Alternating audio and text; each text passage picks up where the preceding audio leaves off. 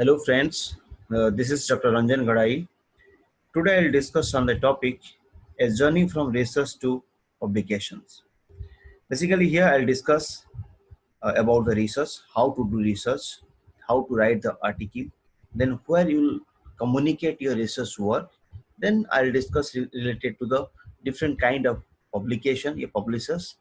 At the end I'll discuss about the research ethics.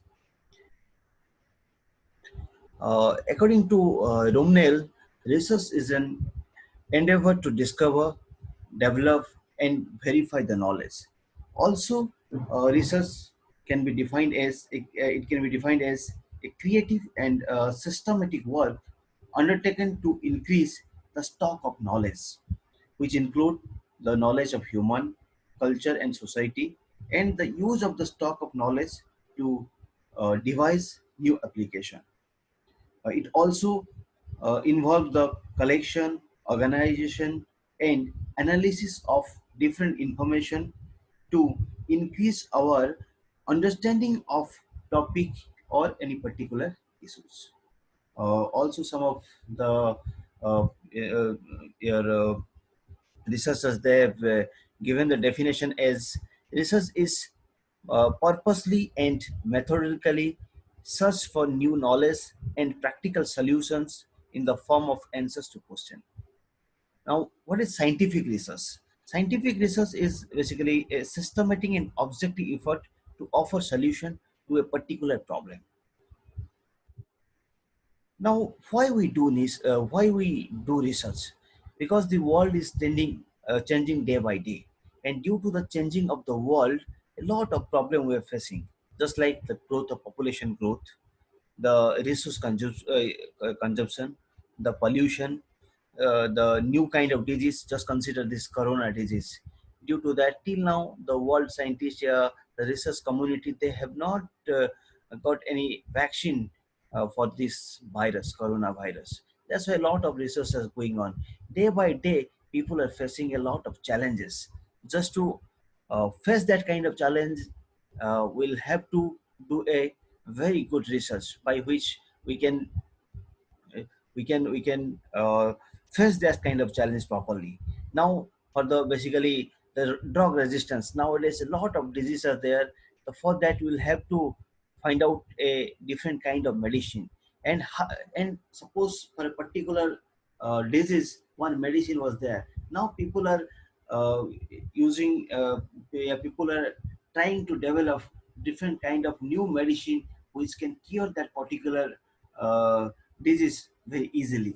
This pollution is a very big issue nowadays. Now the researchers are giving much more focus in your battery operated cars, a battery operated vehicle, electric vehicle, because the vehicle which run through fossil fuel, they pollute the environment. That's why people are giving much more focus to the uh, vehicle which run by the battery and all. Now people are giving much more focus on renewable energy. By using the renewable energy, the less pollution will be there, which is quite beneficial for the world society. Now, what should a student consider before he or she start a research? These are the four things he has to think about. Yeah, he has to think before starting his research. First is the other four question. It should come to their mind. Do I want to spend the next 3 to 4 years of my life on this research? Basically, see, whenever in the world, generally we tell that the people who do PhD, that is considered to be a, your starting of the research, and PhD degree is considered to be a license to do research. If you have completed your PhD, that means you have got the license to do the research. Generally, it's said. The thing is that in India also, doing a PhD, it is really time consuming. At least uh, you'll have to yeah, give 4 to 5 years to completion of the degree. That's why before going to join the PhD, you have to keep in your mind that do I want to spend the next 4 to 5 years of my life, particularly in this research. Next is, am I motivated enough to last such long research, a lot of cases happens. People they take admission in a good institute like IITs, NITs, but after 2 years, 3 years, they left the institute because they could not. They do not resist there, because that's why before going to before joining any institute as a research scholar, as a PhD student, this thing you will have to set in your mind whether I can sustain there for the next 4 to 5 years or not. Yeah, whether I'm self motivated enough to sustain for the next 4 to 5 years. Next is the family and friends. For a lot of cases, uh, the family and friends, they do not give so much support for the research scholar, for the particular person who is doing research. That's why before starting to that, you'll have to think whether my family or my friends or my relatives, they will be supporting me throughout my journey of my research or my PhD work. The last one is the fund. Financial assistance is very important. See, at the age of 20, 25, 26, 27, if if you will not be able to help your family, you will not be able to give some financial assistance to your family, that is also a very uh, bad thing. If your family is depending on you, in that case you will have to give some money to them. And in that case, before joining this PhD, or before joining to any kind of research, you'll have to think whether I'll get a financial assistance or not. If you're getting a financial assistance from the institute or from any agency, whether that money will be sufficient for me or for my family to serve for the next 4 to 5 years. These are the things you'll have to keep in your mind before starting of any kind of research. Basically, for the PhD student, it is very important. Otherwise, what will happen?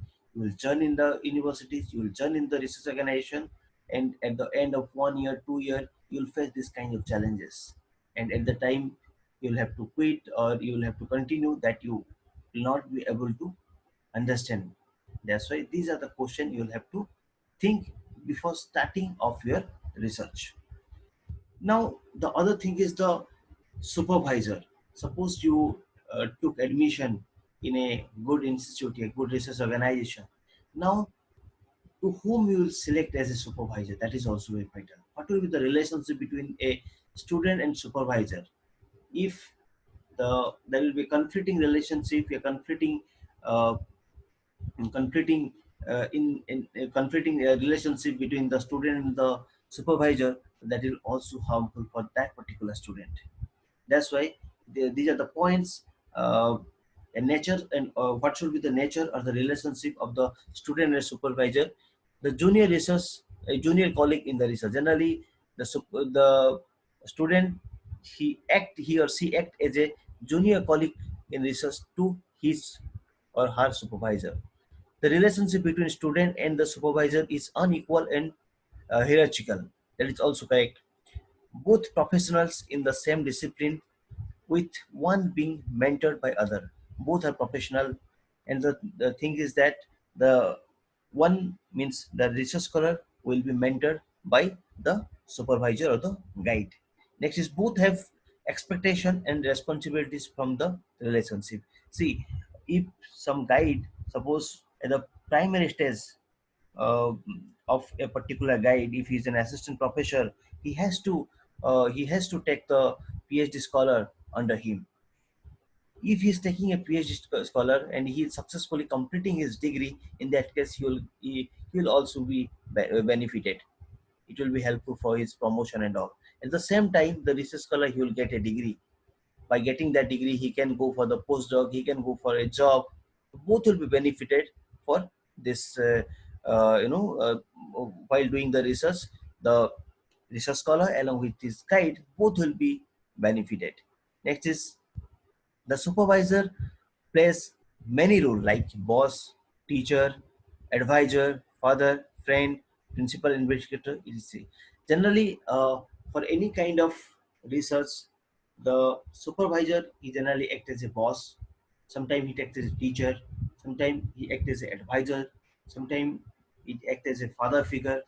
But sometimes what happens, if one guide, if is uh, act as a multiple terms, like if we act as a boss, teachers, advisor, father figure, friends. Sometimes uh, some conflict happens. That's why uh, whenever the research scholar is doing research, he will have to very much careful to how he'll make a cordial relationship with his guide. That is very vital.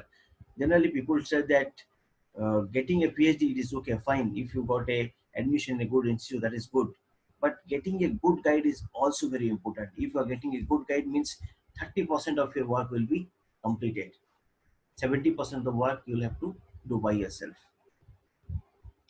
Now, conflict between student and supervisor. Generally, what happens uh, due to this during this 4 to 5 year journey, a lot of cases happens between the student and the supervisor. A lot of conflicts happens between the supervisor and the student. Serious tension occasionally develop between the research scholar and their supervisor. Conflict of whatever nature is best handled diplomatically, as the relationship with your supervisor is an important one. Because if you will not able to make a cordial relationship with your guide or a supervisor, in that case you cannot succeed. You cannot complete your degree with a proper within the proper duration. What will happen in any institute, you get the research scholar, they get a scholarship for a particular duration of time, like 4 year or 5 year they got scholarship.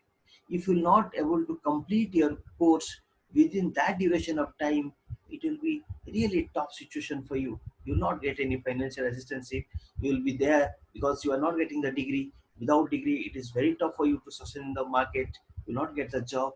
That's why always try to make a very good cordial relationship with the guide. I'm giving one example. What happened?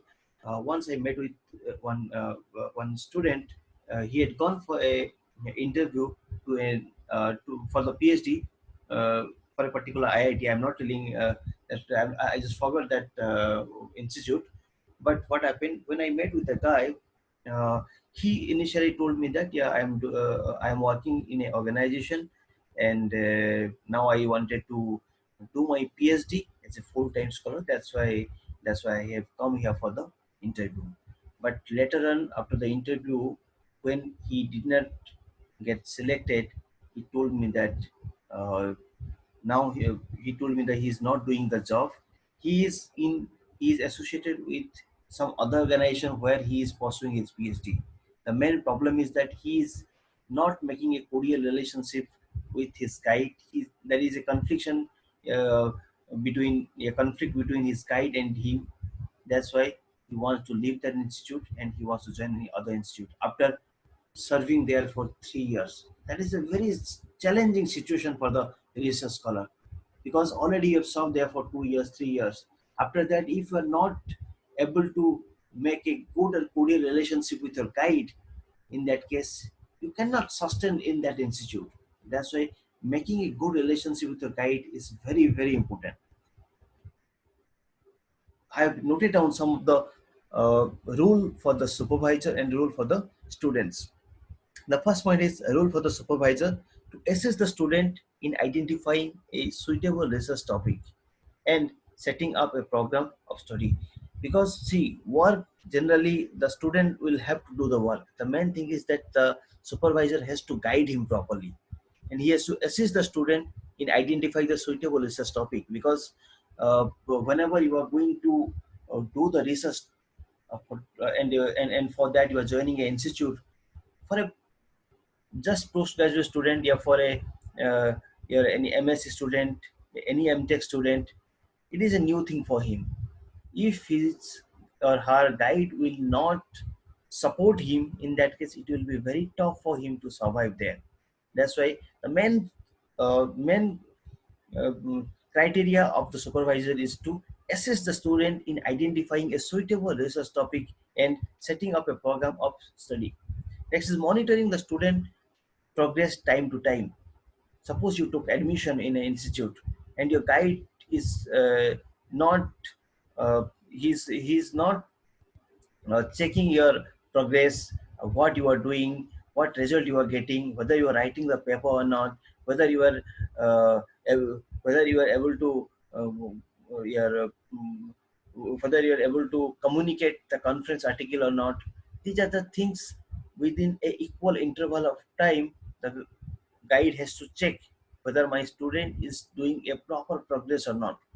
This is guide student on what to do and explain the reason behind it. Always guide has to motivate the student, and suppose for uh, 15 days he gave some work to the particular student, and the next for the next 15 days he has to meet to the yeah, he has to meet his student, and he has to uh, tell his student for the next 15 days, yeah, for the next 1 week what you will have to do, and he has to check what he has done in the previous week or previous 15 days, and to assist the student in the interpretation of research finding and output. In that case, it is also very important, if the student is finding any kind of problem, in that case the guide has to interpret for finding the research and the output. He also make the student aware of their responsibilities and supervisor expectation, and consult and advise when students have a personal problem. What happens generally people that do the PhD at the age of 27, 28, during that time people the student they face some kind of personal problem, financial problem. Definitely the supervisor has to motivate to the student. Once the student will be mentally stable, he can do research properly. If he will be mentally unstable due to some other problem, he cannot focus on his research. That's why it is the duty of the supervisor to look after his research scholar during this 4 year 5 years journey as a research scholar.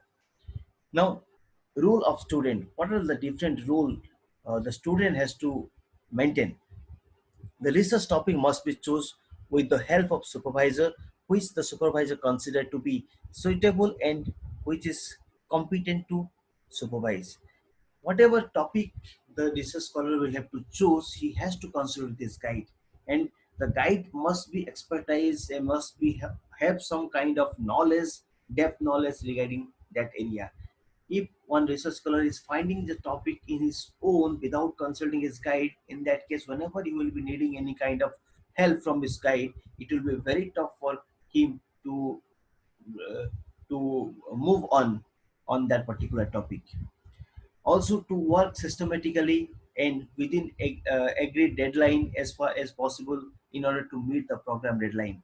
If uh, if he has communicated one paper to a journal, and from that journal the reviewer has given some comments, and one deadline will be given by the editor of the particular journal. Now that research scholar has to work on that particular paper on according to the deadline which has been given to him, and he has to contact with his supervisor for writing the review report. Yeah, we're giving the explanation of the comment given by the reviewer. Also, at the same time, in the premier institute, what happens in each 6 month, the research scholar generally they give the presentation about their progress, and during that time also he has to consult with his supervisor what progress he has made in the last 6 months, and what are the things he will do in the next 6 months. That proper planning should be there, and always for that the student has to contact with his supervisor to write all these things. Next is to give serious attention to the advice and the direction of the supervisor. If the supervisor is giving any advice, any comment to his work, so he has to take that thing properly, seriously, and he has to work on according to his supervisor only. Because if the supervisor is guiding him and he's giving some comment on his work, definitely he has to consider his comment, and he has to work according to his comment. To realize that supervisor has duties and commitment, always he has to if the supervisor is not coming to him to meet at the particular duration of time, the student or the research scholar has to go to his supervisor to meet with the equal interval of time. Suppose the supervisor generally he comes to meet the research scholar for yeah, twice in a week. If he's not able to come, if he's not coming to the lab, in that case the student has to go to his supervisor, and he has to tell his research related issues to his supervisor, and to perform the research as per the supervisor. Means if the supervisor has given some comments, he has given some advice to the student has to work according to his advice. Now, managing a good student supervisor relationship, how a good student and supervisor relationship will be maintained. Begin by laying out all milestones in your program. Whenever you are whenever you are starting your research work, you'll have to make a proper planning. These are the things I'll achieve within the next 1 year and next 2 year. Means before starting of the research, what are the things you'll have to do? A proper planning should be there, and that planning should be in between the student and the supervisor. Next, ATAS date and expectation for both. That means, so this is the planning, and these are the milestone I want to achieve, and you'll have to give some duration. Suppose at the starting, the supervisor told to the research scholar that I need a review article of a particular topic by the end of that time. Suppose he gave him 3 month 4 month time. The student, he has to keep that date in his mind, that yeah, within that duration of time I will have to write the review article which has been assigned to me, or which has been advised by my supervisor, and that deadline he has to maintain, by which there will be no conflict, there will be good relationship will be maintained by the student and the supervisor. Then revise as needed, but do so together. If any revisions are required, if any changes are required, the research scholar has to sit with his supervisor or guide, and he has to do all these changes together by consulting with his guide. Then retain all mails, notes, etc.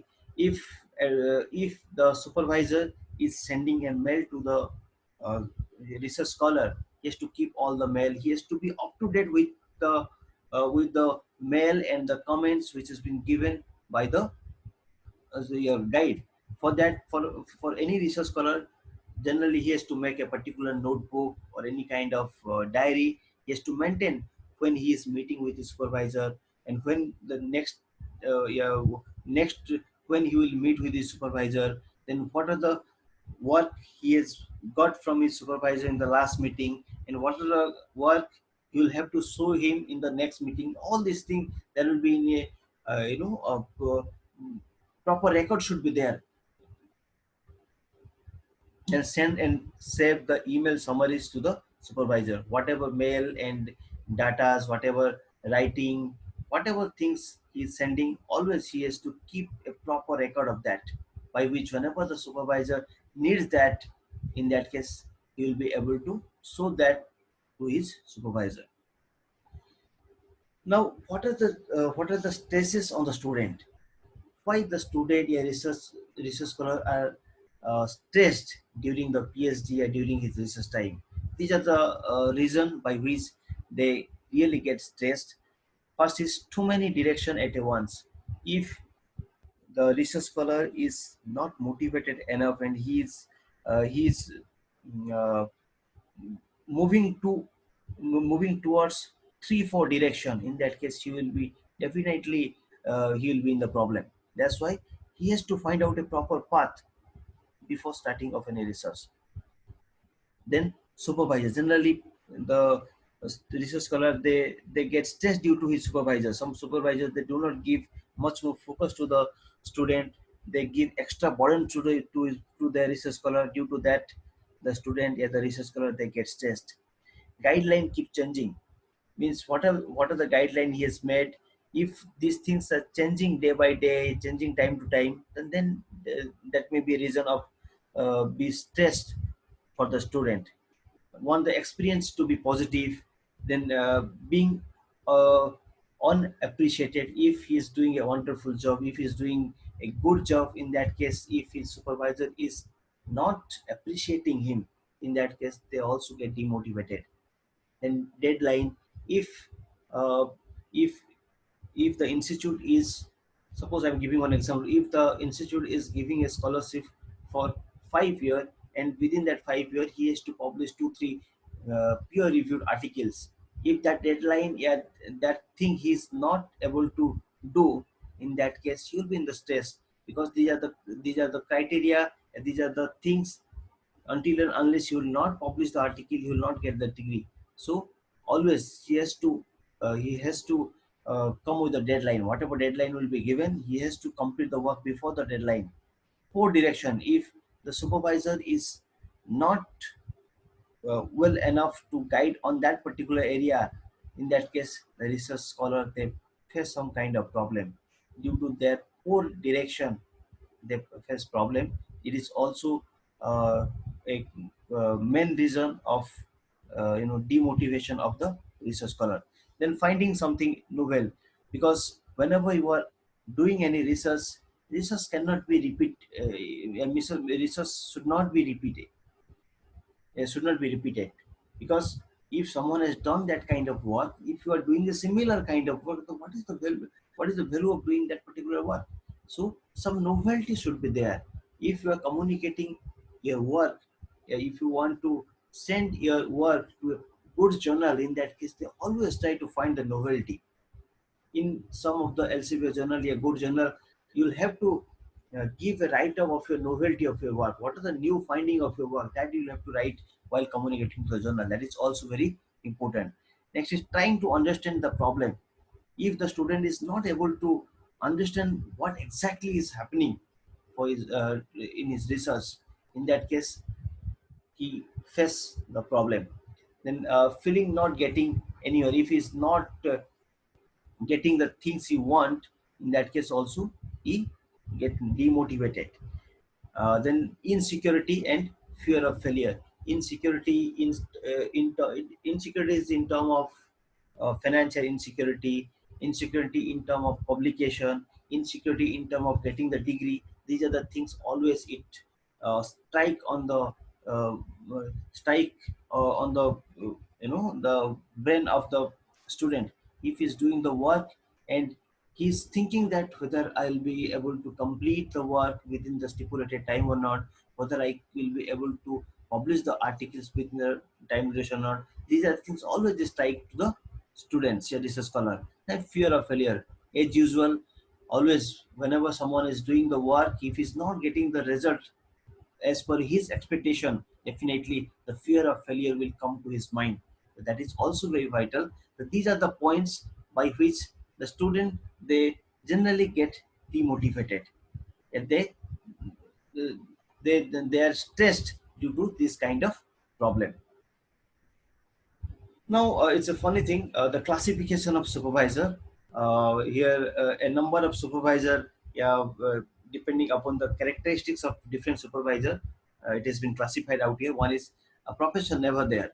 In some professors are there, particularly the senior professor. What happens?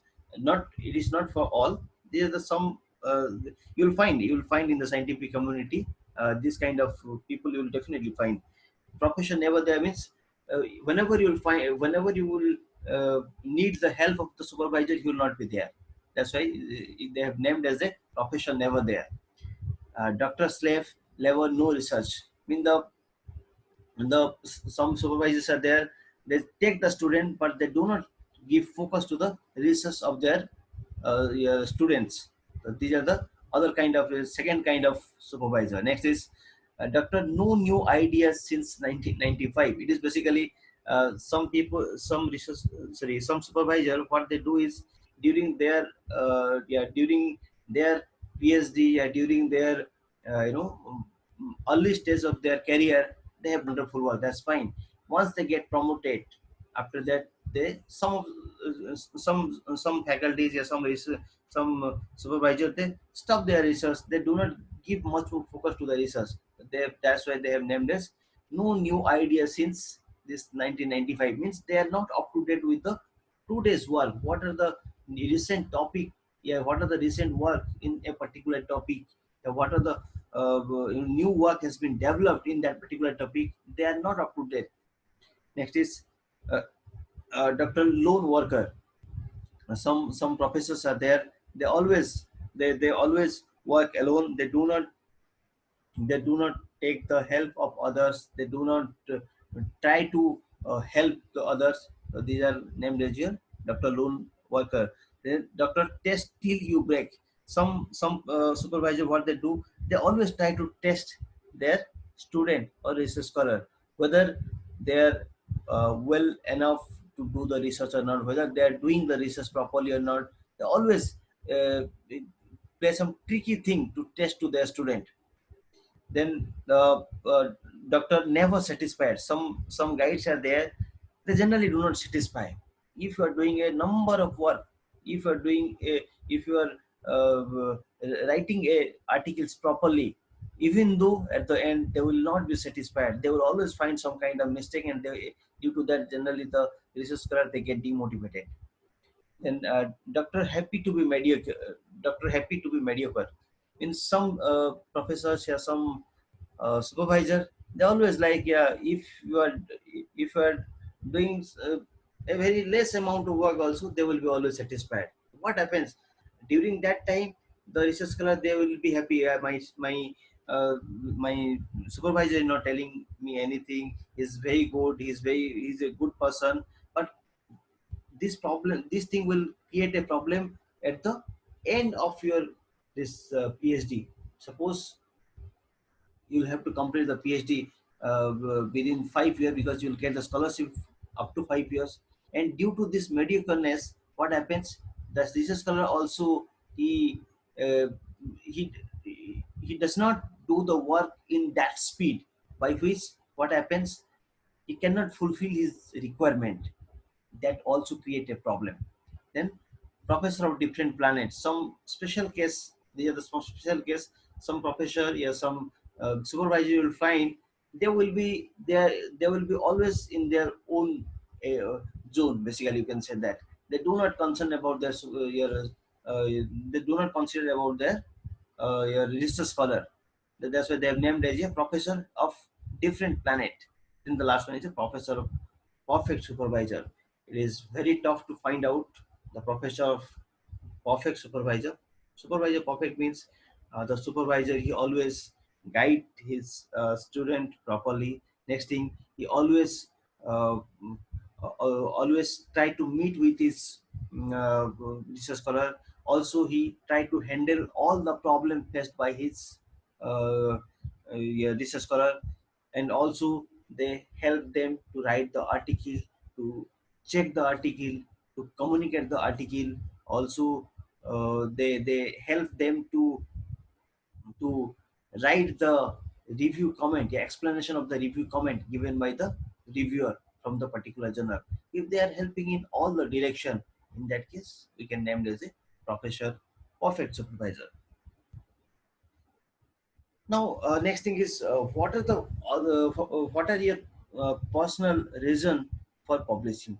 Why the research scholar they publish, or you can say the why any PhD student, yeah, any faculty also, you can say that why they uh, try to publish.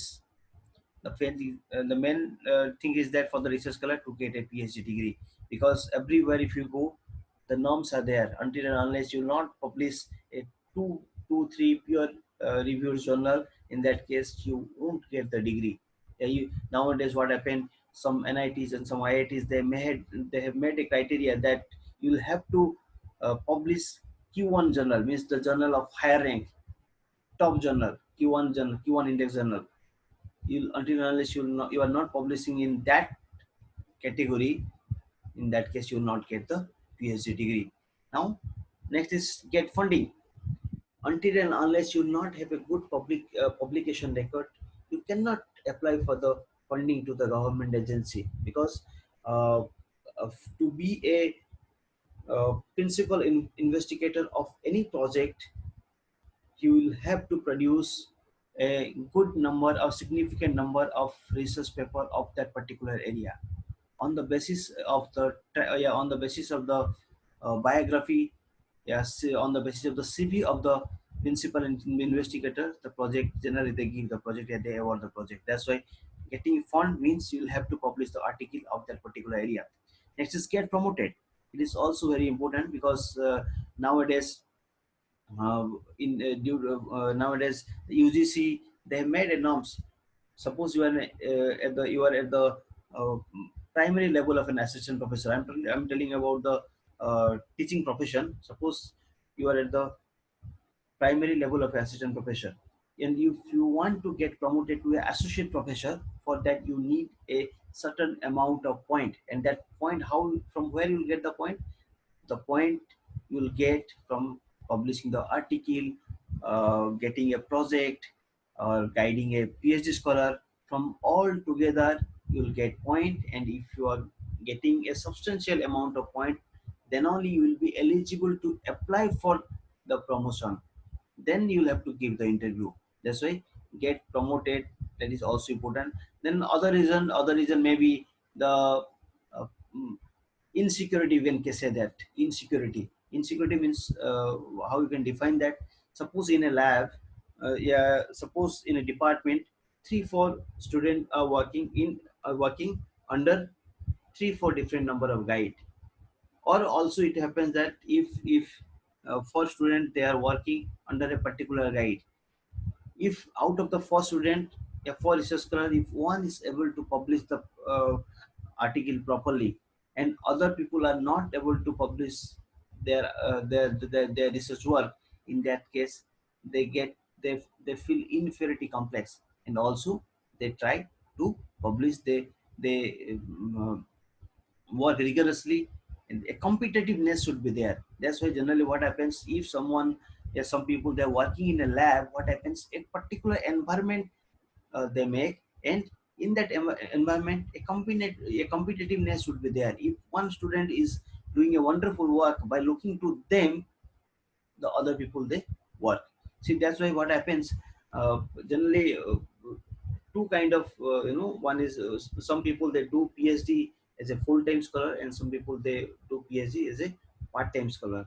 The part-time scholar they take more time, because they cannot give so much time for their research, and they do not, yeah, they are not self-motivated enough to do the research, because uh, those who are doing part-time research, they will be involved in some other activities, yeah, they will be involved in some other organization, and they do their work as a part-time basis. So it takes a long time, 7 years, 6 years, 7 years, 8 years to complete their PhD work.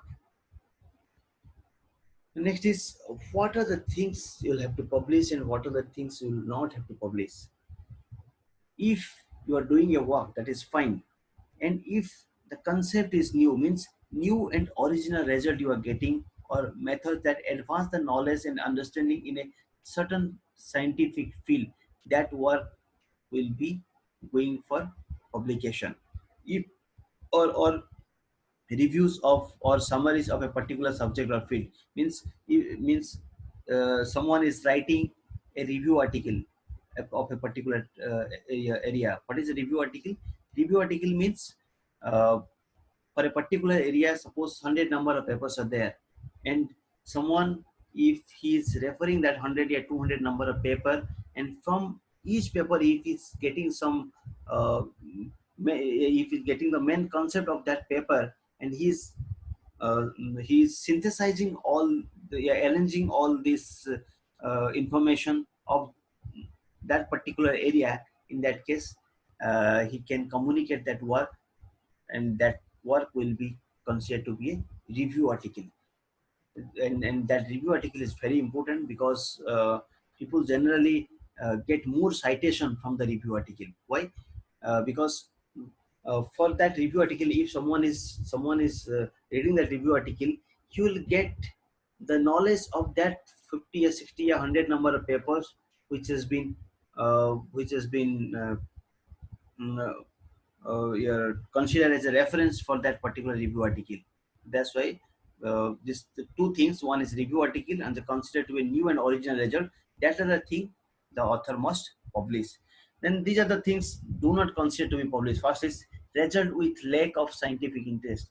If you are doing a work without having any scientific interest, or you can consider that without having any novelty, excuse me, without consider yeah, without with the lack of your scientific interest, means uh, if you are doing the work, same kind of work already has been done by some other faculty or some other researchers, just you are repeating that work, that means there is no novelty. Someone has already done the work. What new you are doing?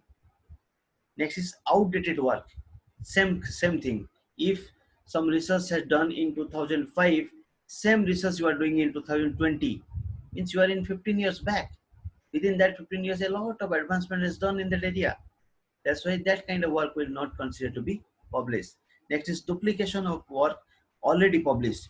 Duplication of work means uh, if some author has already done that work and you are just repeating that work, and you are just suppose experimental work has been done by a particular research community, and after 1 year, suppose you are repeating the same work and you are trying to write an article and you are communicating the article to a journal, definitely it will not be acceptable. So something new should be there. And the next is incorrect data and conclusion not supported by data. Means if uh, someone has done the experiment and he has got some incorrect, unfruitful data, and he wants to write an article by considering that data, in that case also it should not be considered to publish. So everyone need a strong manuscript to present their contribution to the scientific community. Means if you are doing a research, definitely you will have to consider in your mind what new I will do by which the scientific community will be benefited, what new things are available in the manuscript that you will have to present in the manuscript. Then only that thing will be published easily and it will be considered to be a novel work. Now, these are the trend in publishing the statistical data I have collected. Uh, Up to 1997, there were no e-journal and all. Maximum journals were come as printed one. In 2009, it was observed that 50% are e only, e-collection, and 25% print, and 20% print plus electronics were there. Some journals they had during that time they had print and your both your electronic. Next, by 2012, 95 to 98% journal were electronically assessed. Now, if you consider in 2020, almost your 100% paper, 100% article are electronic access. Means through the internet and all, you will get all these articles. Now, the changing of the role of the journal due to the ESS, it means nowadays at lower cost for the article you can publish, and this increased usage of the article, that is also a reason. Next is electronic submission, increased manuscript inflow. Due to that, what happens? The inflow of the manuscript that is increasing due to the electronic submission, because uh, you are sitting in your own chamber, and you have the access of internet and you are writing the article. That after completion of that, you can easily communicate to the journal through the internet. You can find a suitable journal and you can send. These are the easy things. Next is experimentation with new publishing model. These are the things, the some for the some open access journal, this author pay model, yeah, delayed open access. These are the things which is trending in the publishing. We stand in the publishing. Now, choose the right journal. See, after completion of the writing of the article, the next thing is that where you will communicate the journal. That is also very vital.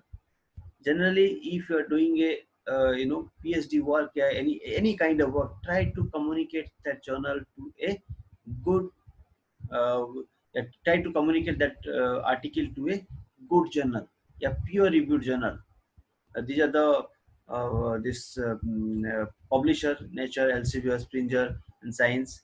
Then field of specific top journal. Try to always find the top journal of a particular field. There are a number of website by which, if you are putting your abstract, in a particular website, uh, by looking to that abstract, that website will tell you uh, what are the journal, uh, what are the journal which will be most suitable for publishing your article.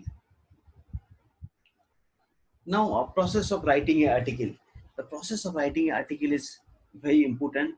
because uh, if you are getting a result, that is fine, but presenting the result is very important. Until and unless if you will not able to present your articles, if you're not able to write the article properly, in that case the article will not be published in a good journal. They need a good representation, and these are the five different stages of writing an article. One is pre-writing. Pre-writing is basically, it is considered to be a collection of data, and roughly you will have to write the article, means you have to arrange all this uh, your data which has been available to you. Next, drafting. Drafting means sequentially you have to put, and you have to write according to the format of a particular paper. That is basically called as drafting. If drafting is done, then you'll have to show that article to your supervisor for the revision, whether he needs any kind of revision, or yeah, the first revision that you can do by yourself after completion of the drafting. You just go through the article. Then if you are finding any kind of discontinuity in that article, in that case you can do. Next is editing. If any addition editing is required in the article, that also you'll have to do. Then after the editing, uh, you'll have to communicate the journal for the publication. So these are the five your process a author, a researcher has to follow while writing the research article. Now here it has been analyzed properly. While you are writing, two things you have to think. First is why you are writing that article, means what is the purpose of writing the article. Next is for whom you are writing that article, means who will be the audience, who will be get benefited by reading the article. Then these are the stages already we have discussed: the pre-write stage, the draft stage, revise stage, edit and publish. uh, this draft and revise, what happens, it's basically a cycling process. If you have done the draft and some revision is there, then again you'll have to change, again you'll have to make a proper draft, then again you have to do the revision. It's a continuous step. Then you'll have to do the editing. You can check the spelling mistake, you can check the grammar, you can use there are a lot of software uh, where you can check your English grammar. That is also very vital. So you can check the spelling and all. Next is the format of the writing, means at the end, suppose you want to communicate that paper to a particular journal, you have to make your paper in according to that particular journal which you where you want to send. That is also very vital. Now next is structure of the article. What will be the structure of the particular article? This is the basic structure of any article, a general structure of any research article. The first thing is the title, abstract, and keyword. Then in the body part, it is the introduction, method, result, and discussion. The end part, it is conclusion, acknowledgement, reference, and supplementary data. Basically, this structure, it has been made just considering this piece. You see the piece. The first part, it is called as the head, the other one is called as the body, and the last one is called as the tail. So first thing is the head part, that is very vital. That is your title, abstract, and keyword. Because whenever you will submit the article, uh, first you'll have to submit the first the article will be read by the uh, editor of the journal. So while you will go through the article, yeah, while you will see the article, first thing, the title will strike on his mind. So you'll have to choose a title properly, and you'll have to choose the title in such a way that it should not be repeated. Means suppose someone has already taken the particular title and you are using the same title again, that is also unacceptable. So be careful while choosing the title. Next thing is abstract. That is very vital. Abstract is very vital. Why? Because if you are uh, if you are writing the abstract is basically, it is the summary of your work. In that, whatever discussion result you have got, the main things you'll have to mention out there. And whenever you are submitting the article to a journal, the first thing the editor will go through, that is the abstract. Generally, for any article, first thing the editor or reviewer, they see the abstract of the paper. From there, they will get the weightage of the article. They can find out whether that article will be suitable to publish in their journal or not. From there only they can easily analyze it, they can easily find. Next is the keyword. What are the keyword? Keyword are the main word which are present in the abstract. Means, for example, uh, suppose someone has done a experimental kind of work, and for doing that experiment, suppose he has he has used different kind of experimental mechanism, a different machine he has used. So that machine will be considered to be a keyword. Means, if someone will search by using the keyword, he should get some idea related to the title. Then the main in the main text, the introduction, method, result, and discussion. Introduction is basically just in the introduction. It has two part. In the introduction, in the first part, you will have to give the preliminary idea related to that particular topic. Then also you will have to write about some literature survey. Means, if in that particular area, who are the authors they have worked in that particular area, what are the results they have got. Some recent article you will have to add in the introduction. And the second stage, in the introduction, you will have to write how, how your work is different as compared to the work already done in that particular area. That is called as the novelty, a new finding of your work. Then the methods is called as methodology. Generally, if it is experimental kind of work, then instead of methodology we can write experimentation. Or if it is a numerical word, a statistical word, you can write the methodology. What are the methodology you have, yeah, which methodology you have considered, about that you have to write. If it is an experimental one, then what is the procedure of the experimentation. Means, suppose you have prepared a material, suppose you have made a material, what are the procedure for preparation of that material. That thing you will have to write in the methods, or that is basically called as the experimentation. Now, result and discussion, that is very vital. Result and discussion means that this result and discussion, it's kind of essay. Suppose you have got a result, that you can write in the result part. These are the things I have got uh, from the result. And discuss in the discussion part, you will have to write why you have got this result. That is also very vital. Just it will be not sufficient whether but it will be not sufficient just writing these are the things I have got from my result. That is not sufficient. You'll have to write the reason. Yeah, you'll have to give the reason why this result you will have achieved. Yeah, you will have got this. Yeah, you have got this result. That you also you have to mention in the result and discussion part. The next thing is the conclusion.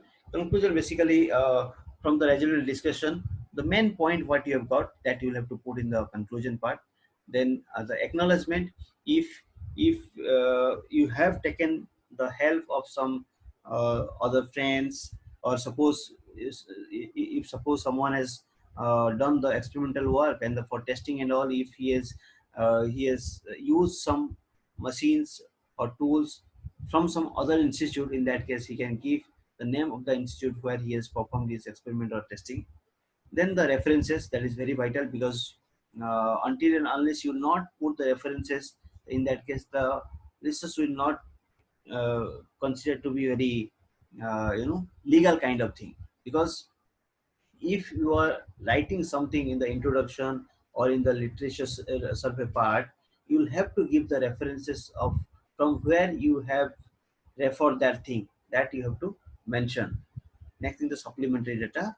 It is not compulsory for all paper. If somewhere it is needed, then you have to give the different supplementary data. This is basically same thing. Is a typical research article structure. In the broad sense, it has been given out here.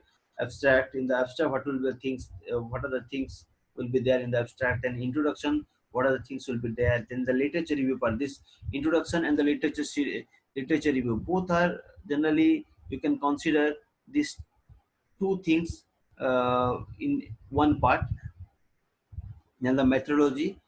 this methodology part, whether if it is a experimental one, you can write the experimentation, yeah, experimental details instead of methodology.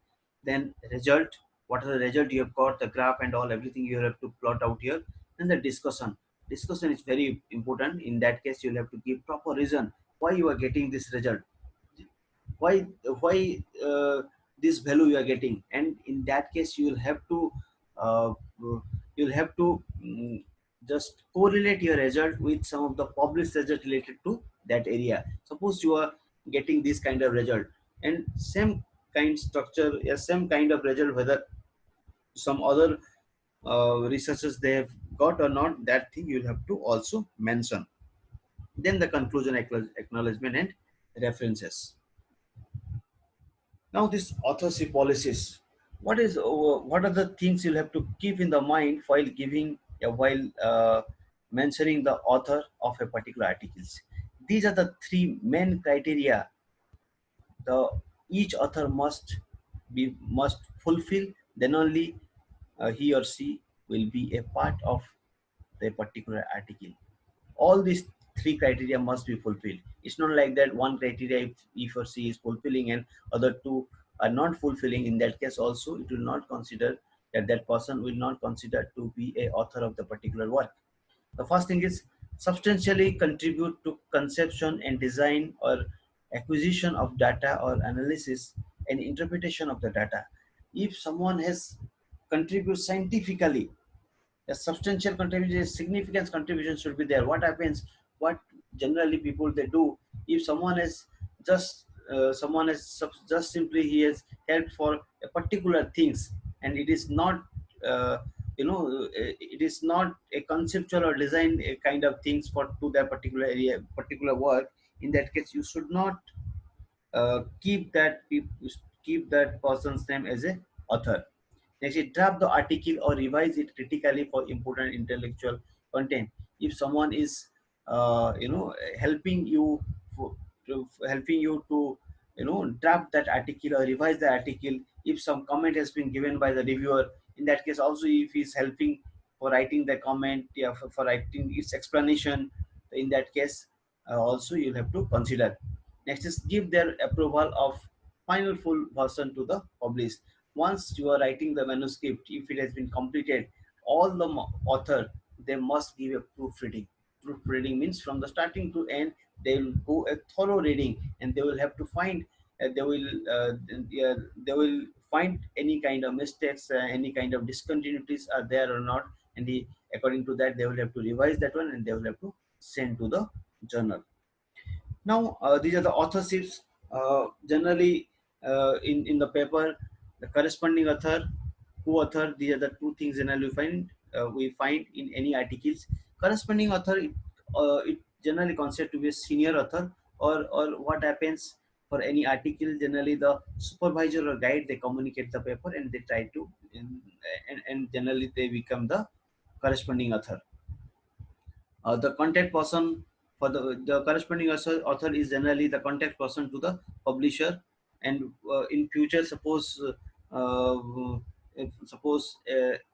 anything, any kind of yeah, suppose someone has communicated the article to a particular journal, and that journal has been reviewed by a particular reviewer, and he gave some suggestion or comment, and that comment it came through the editor to that particular authors, and the to whom it will come to the corresponding author only, the author who will communicate the paper.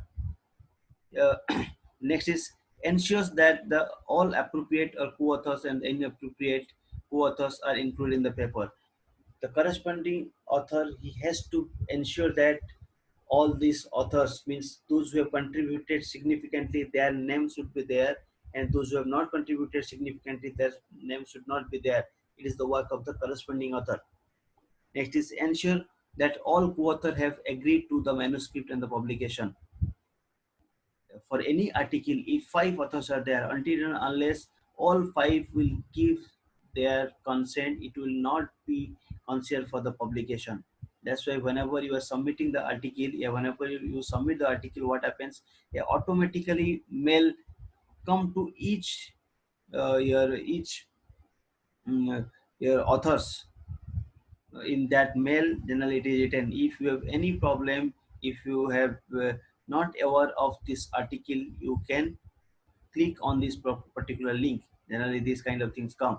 That's why the corresponding author, he has before sending the articles, he has to take the consent of all the authors of that particular article. Next, co-author.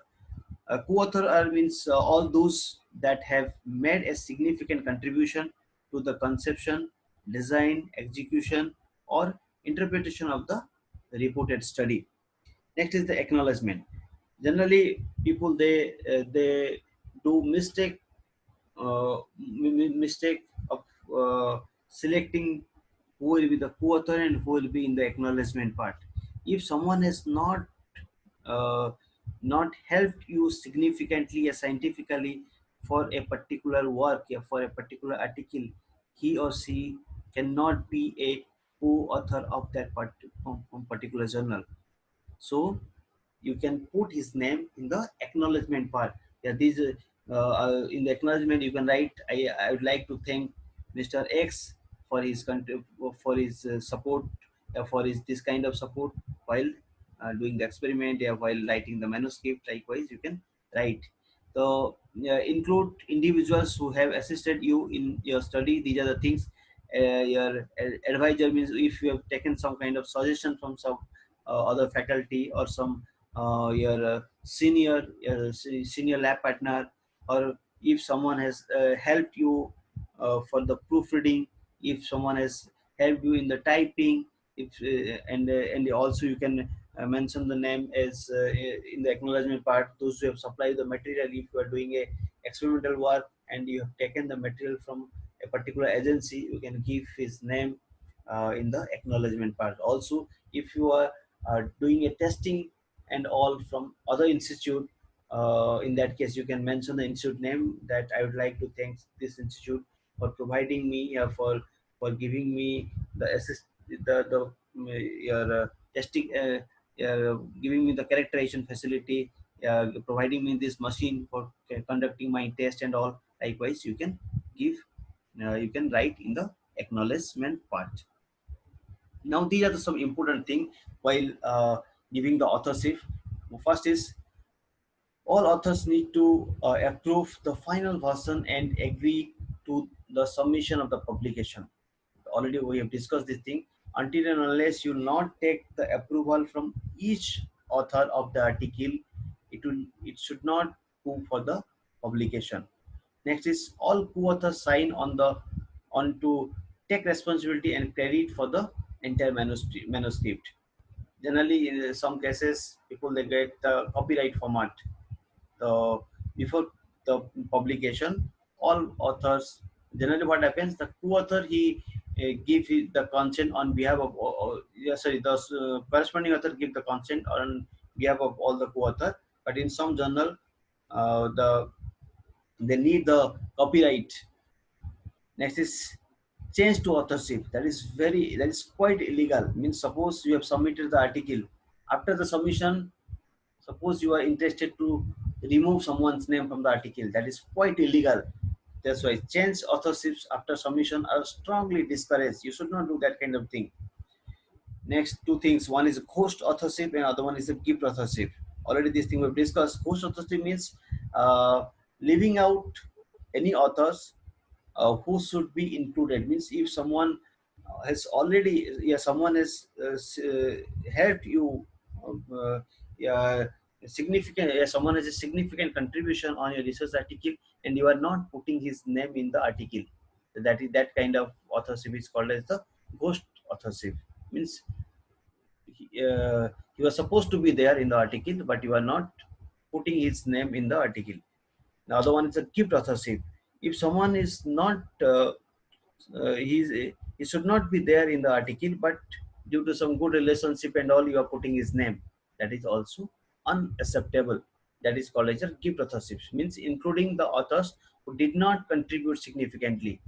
Means you that kind of author, yeah, that kind of people's name you can give in the acknowledgement part. You should not put that kind of people's name in the author part, yeah, co-author part.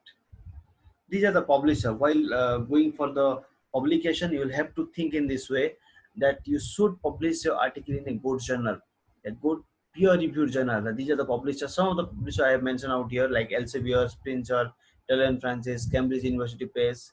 There are some. Uh, there are some others publisher also which are also good, like Sage publisher. Some of the journal of the Sage publisher is really good. Some of the university journals are there which are also good. Now, uh, you always try to avoid some blacklisted or lesser known journal. Those journal are not so reputed. Don't try to communicate your article to that particular journal. Always try to find a good journal to communicate your article. Now, the peer review process. What happens whenever you are submitting an article? uh, Two things, yeah, three things maybe happen. One is, it may accept it without any revision, or it may reject it. The other thing is that the editor, they give some suggestion on the basis of the comment given by the reviewer, and you'll have to incorporate that comment in the article, and you'll have to resend the article to the journal. Then on the basis of that correction, the editor, yeah, the reviewer, he may or may not be, he may accept that article. So basically, acceptance of the article, it is very rare. If you are submitting the article directly, if you are getting the acceptance, that means you are very very lucky. It is rarely happen. If it is accepted, then it is congratulations definitely. And it is a means, if this thing is happening to you, means you are the luckiest person. Next is rejected. Generally, if you're sending the article to a good journal, the probability of rejection is in between 40 to 90%. If you're sending the article to a Q1 journal, in that case, definitely the probability of rejection is in between that 40 to 90%. Some of the good impact factor journal have highest rejection ratio. Next is, if your article has been rejected, then don't lose your hope. It happens for everybody. It's not like that it is happening to you only. The person who is rejecting your articles, even if he's rejecting articles, whenever he was doing the research, means whenever he was doing research at the early stage, that time also same thing happened to him also. That's why don't lose your hope if your paper is rejected. And also, you should be motivated from the comment of the reviewer.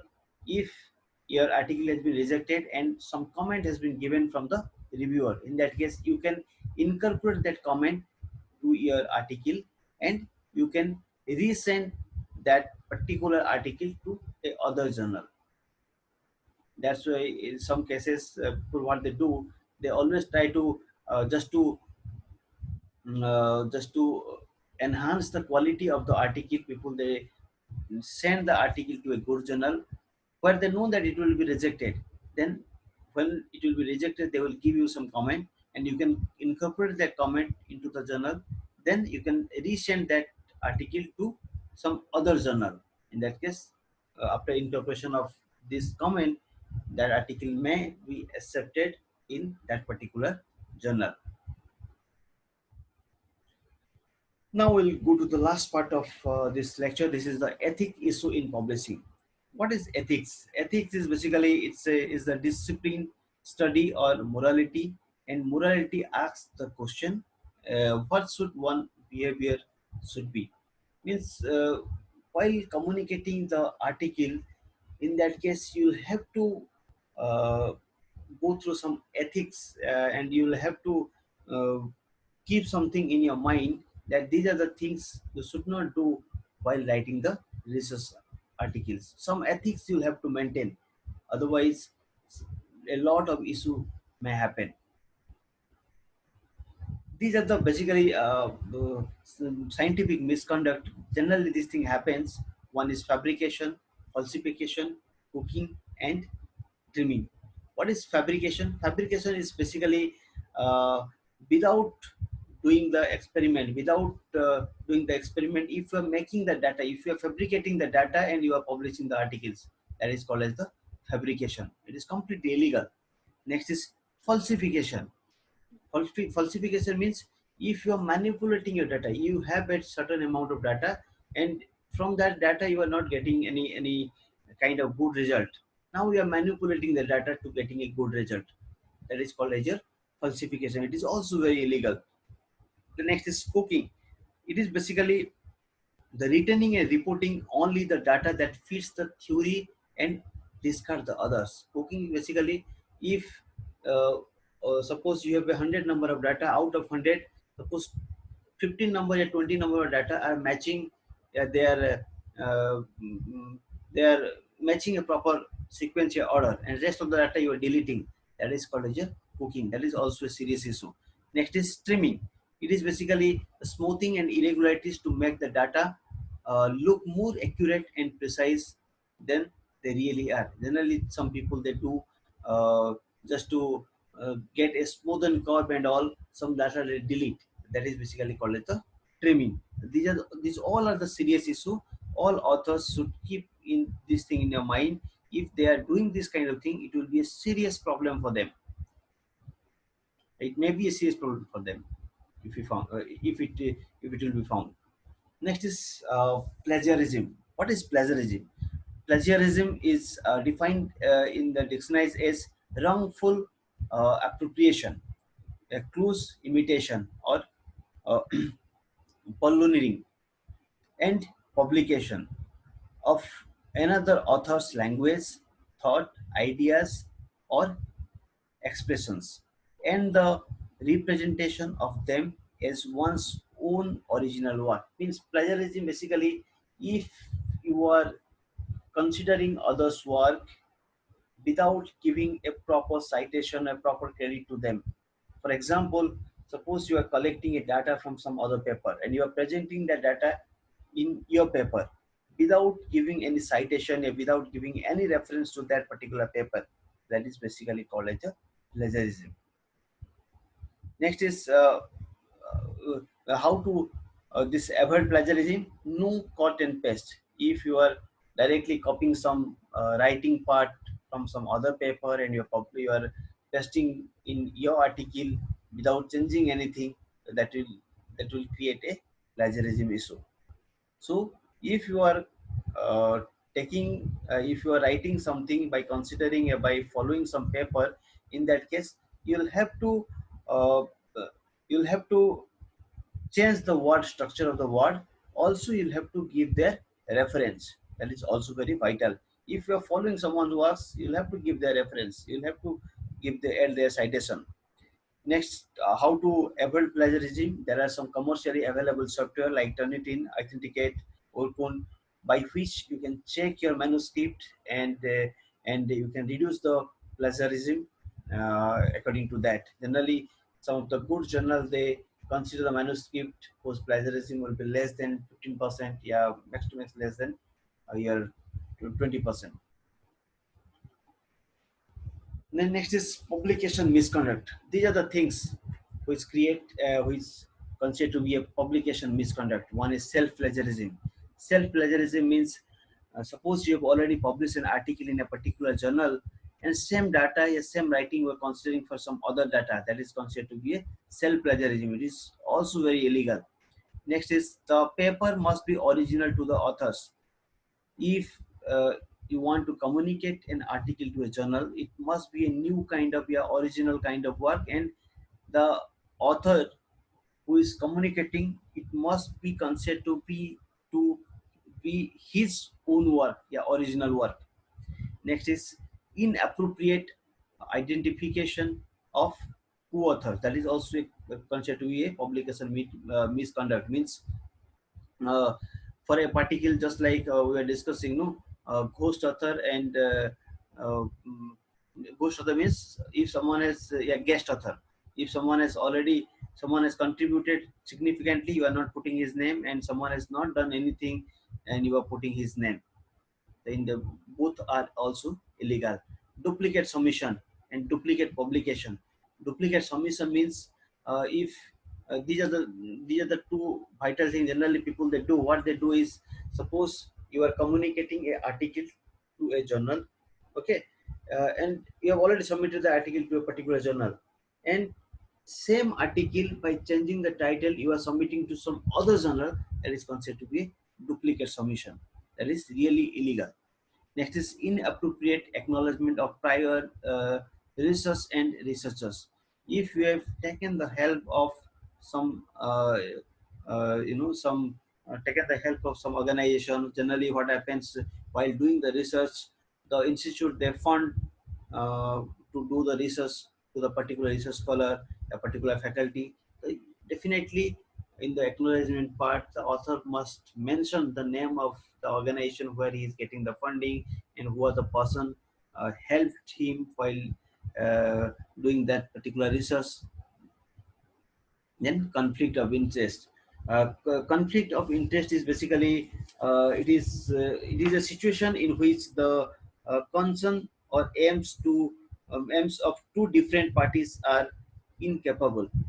That's why all of you might seen that whenever you try to submit the article, particularly to a good journal, what happens, particularly in the Elsevier, what happens, they generally ask for a conflict of statement. The author has to give, yeah, the corresponding author has to give a conflict of statement to uh, before submission of the article to the particular journal. Now, these are some publication ethics. These are some serious issue. It has happened in the past. See, these are some two articles. It had come during the 2012. One is in 2011, I guess. Yeah, 2011. See, one person. The left one is the Hungarian president. He resigned over the doctoral plagiarism scandal. It was a serious issue during that time. The next is the German minister. He loses doctorate after plagiarism row. Uh, Means after his publication and all. In the later on, it has been observed that there is some plagiarism issue in his article. That's why he loses his doctorate degree. Now, it is a very serious issue. The academic scandal said Japan. This Obokata, a researcher at the Riken Center for Developmental Biology, uh, what happened? She published two articles in the journal Nature, and she was accused by an investigative panel at Riken of fabricating the data. Particularly, the paper was related to on stem cell research. This is the particularly the diagram yet manipulated unnatural state line. This unnatural state line, she claimed to develop a radical and remarkably easy way to make the cell that can grow into any tissue in body called your STAP, stimulus triggered acquisition of pluripotency cell. This was a very serious issue, and due to that, one of our co-author, he got suicide. In the next step, yes, our co-researchers in the stem cell scandal committed suicide. It was also a serious issue during that time in 2014. That's why, while doing the research, these things you have to keep in the mind. You should not do the falsification or fabrication of data. He is a famous personality. He was the Delhi, a former Delhi Chancellor.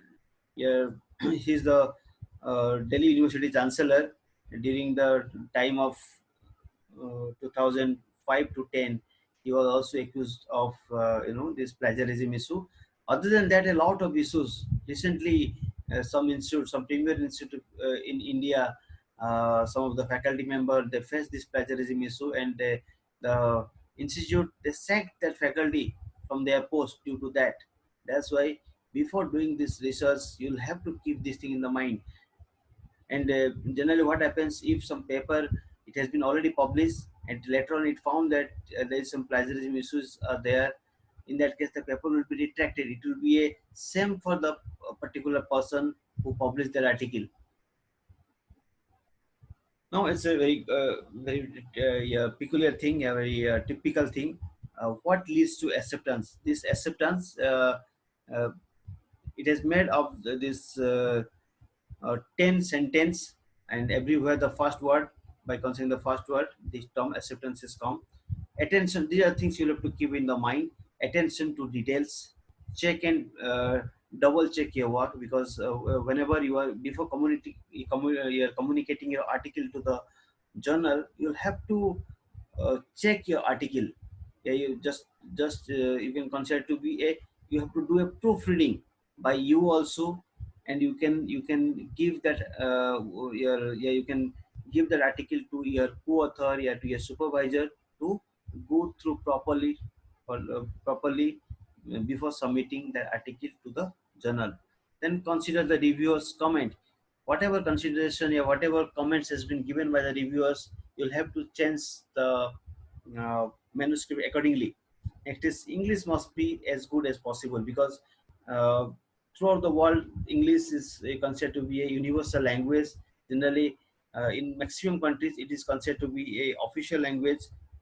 So the article which we are writing, it must be very much, good in English writing.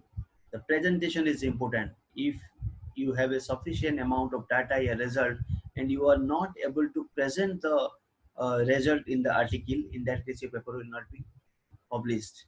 It will not be considered by the editor. So whatever data are there, you'll have to present properly. Then take your time with revision. If the editor, yeah, if the reviewers have given you the comment, uh, yeah, he has given some suggestion for changes, for the changes in the manuscript. In that case, you can take sufficient amount of time, and with that time, you'll have to change accordingly. Also, you can, if you need some more time, you can write a mail to the editor, and in that emergency case, they may allow you to extend the submission of the article, and you can take sufficient amount of time, and you can submit the article. Next is uh, acknowledgement. Yeah, acknowledge those who have helped you. That is also there, already we've discussed this thing. The new and original and previously unpublished. Always the article which you'll send, it must be a new kind of work, and it should not be published previously. Next is critically evaluate your own manuscript. Always try to analyze your manuscript properly before sending that manuscript to the publisher or to the journal. Next is ethical rule must be obeyed. Ethical rule means you can consider the plagiarism, you can consider the author sequence, you can consider the who will be the author, who will be in the acknowledgement part. These all are the ethical issue. That thing you will have to keep in your mind before sending the article to a particular journal. And this thing has been given by John Pook. He is the editor in chief of all geology review. Now come to the conclusion. Basically, this most important way to immerse yourself as a rising star is by completing your MTech PhD successfully, and make people believe in you. Believe in you, your research, your potential, your future career. And PhD is generally considered to be a pass. PhD is considered as a passport, but full life is to learn and publish. Generally, what happens? What we call is PhD is basically, it is a license to do the research. If you have completed a PhD, it does not mean that you have completed your research. PhD, completing PhD means you have got the license to do some more research. That's why this is the conclusion of the today's this lecture. Thank you.